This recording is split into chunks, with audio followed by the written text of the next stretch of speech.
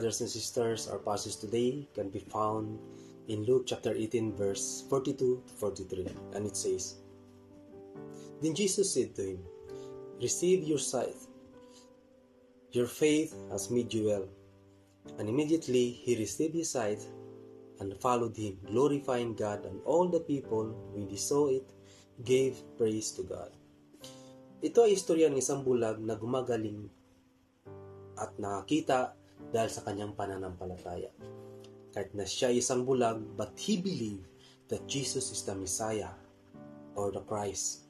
In verse 38 and 39, he cried out saying, Jesus, Son of David, have mercy on me. The word Son of David is the title of the Messiah or the Christ. This blind man proclaimed his faith that Jesus is the Messiah. Yun ang nagpapagaling sa kanya kahit siya ay bulag, pero naniniwala siya na si Jesus ay isang Messiah. Nung nakakita na siya, kaagad siya sumunod kay Jesus at nagpupuri sa Panginoon, at ang mga tao na nandun ay nagpupuri din sa Panginoon. Tayo mga kapatid na may paniniwala at pananampalataya na sa ating Panginoong Jesus, paano ba natin siya pinupuri? Pinupuri lang ba natin siya sa tuwing sinasagot niya ang ating mga panalangin? Pinupuri lang ba natin siya sa tuwing may blessings na dumadating? Pinupuri lang ba natin siya sa tuwing tayo ay pinagaling? Marami tayong dapat ipagpuri sa Panginoon sa kanyang mga ginawa sa buhay natin. Sa bawat gising natin sa umaga, sa pagbuklat ng ating mga mata, yan ay napakalaking blessing na.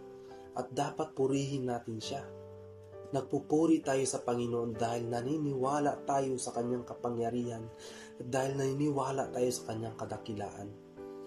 Kahit na sa pagsubok ka ngayon kapatid, pero nagpupuri ka pa rin sa Panginoon, yan ay patunay na nanampalataya ka.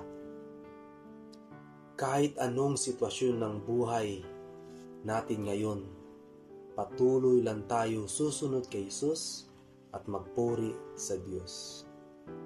God bless you, brothers and sisters.